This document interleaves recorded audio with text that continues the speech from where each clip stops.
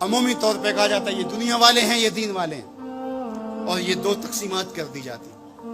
یہ تقسیمات ہمارا دین ہمیں نہیں سکھاتا. دونوں پلڑے برابر رکھو، دنیا بھی اور دین بھی. اصل دنیا کیا ہے؟ ملا رومی بولے چیز دنیا از خدا غافل بدن. دنیا ہے کیا؟ خدا سے غافل ہونے کا نام دنیا ہے. وہ آپ چاہے ممبر پہ بیٹھ کے غافل ہیں یا دکان پہ بیٹھ کے غافل ہیں، وہ آپ دنیا داری کر رہے ہیں. یہاں مقصد لوگوں کے دل اپنی طرف موڑنا، لوگوں کی جیبیں ڈھیلی کرنا، لوگوں میں اپنے آپ کو محبوب اور اپنے آپ کو جو ہے وہ لوگوں کا مقصود بنانا، اپنے بت کو تراشتے رہنا کہ لوگ پوجا پاٹ کرتے رہیں. یہ ممبر پہ دکانداری ہو رہی ہے. اور دوسرا دکان پہ بیٹھا ہے لیکن سچ کا دامن نہیں چھوڑتا. میرے حضور نے فرمایا سچا تاجر قیامت کے دن پیغمبروں کے ساتھ اٹھایا جائے گا. تو دنیا اور دین یہ دونوں ساتھ ساتھ چلتے ہیں. تو دین اور دنیا دو الگ الگ خانے نہیں ہیں. اسلام ترک دنیا سے روکتا ہے لیکن گھر کے دنیا سے بھی بچنے کی تلقین کرتا ہے. رہبانیت کا درس بھی نہیں دیتا. لا رہبانیت فی الاسلام. اسلام میں رہبانیت نام کی کوئی چیز نہیں ہے کہ تم گھر بار چھوڑ دو، تم بستی چھوڑ دو، تم کوہ غار کی زندگی اختیار کرو. اسلام کا یہ مزاج نہیں ہے. ابھی بات ہو رہی تھی، حضور نے مواخات قائم کیے مدینہ المنورہ، اور مواخات مدینہ یہ کائنات کا ایک انوکھا باب ہے، اور یہ ایک الگ مضمون اور عنوان ہے کہ دو افراد کو، ایک انصار لیا اور ایک مہاجر لیا، اور حضور نے ان کے درمیان مواخات قائم کر دی. تو حضرت ابو درداء اور حضرت سلمان فارسی کے درمیان حضور نے مواخات قائم کی.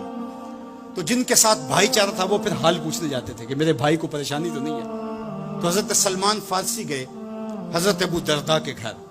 تو دیکھا کہ حضرت ابو درداء کی بیوی وہ عام سے کپڑوں میں تھی. تو انہوں نے کہا کہ میری بہن یہ کیا ماجرا، میلے کچیلے واجبی سے کپڑے. تو کہا کہ تمہارے بھائی کو دنیا کے ساتھ کوئی رغبت نہیں ہے. عورت آراستہ ہو. حضور نے عورت کی خوبیاں بیان کی کہ بہترین عورت وہ ہے جب اس کا شوہر دیکھے اس کو تو اسے خوش کر دے. اس کا لباس، اس کی حیت اور طرز زندگی ایسا ہو کہ مرد کے لیے مسرت، خوشی اور سرشاری کا ذریعہ ہو، تاکہ اس کی نظر یکسو رہے اور اس کے خیالات پر آگندہ نہ ہو، اس کی سوچوں میں آوارگی نہ آنے پائے. تو کہا کہ تمہارے بھائی کو رغبت ہی نہیں ہے دنیا کے ساتھ، اس لیے مجھے اس کی کوئی ضرورت نہیں ہوتی. خیر حضرت ابو درداء آئے تو کھانا لائے. تو حضرت سلمان فارسی نے کہا کہ آپ بھی کھائیے. کہا میں روزے سے ہوں. کہا کہ میں تو نہیں کھاؤں گا جب تک آپ نہیں کھائیں گے. تو نفلی روزہ مہمان کے لیے توڑا جا سکتا ہے. تو انہوں نے روزہ افطار کر لیا اور ساتھ بیٹھ کے کھانا کھایا. رات پڑی، سونے لگے.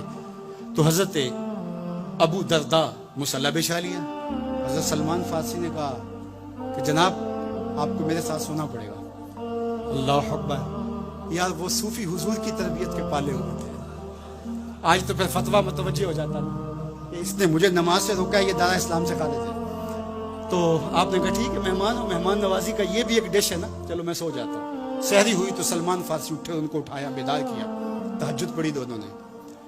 اور پھر حضرت سلمان فارسی نے کہا کہ تمہارا میں نے عمل دیکھا، تمہاری بیوی کے کپڑے میلے کچیلے تھے، تم نے روزہ رکھا ہوا تھا اور رات تم قیام کرتے ہو.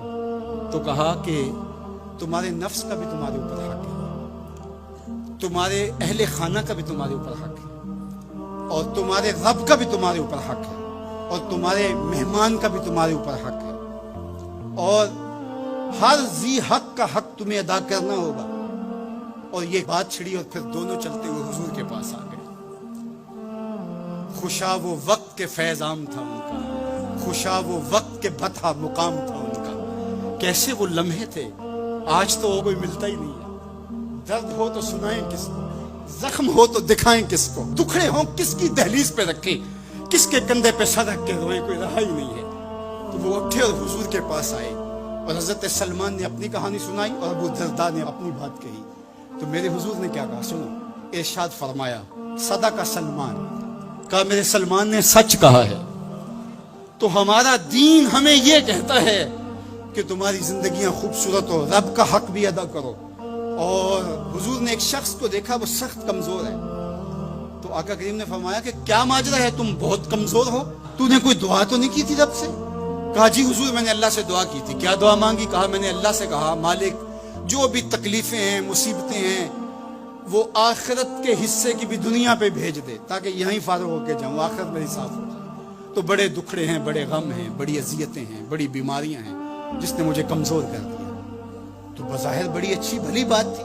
کہ سارے دکھڑے دنیا پہ لے لی, آخرت صاف کر لی.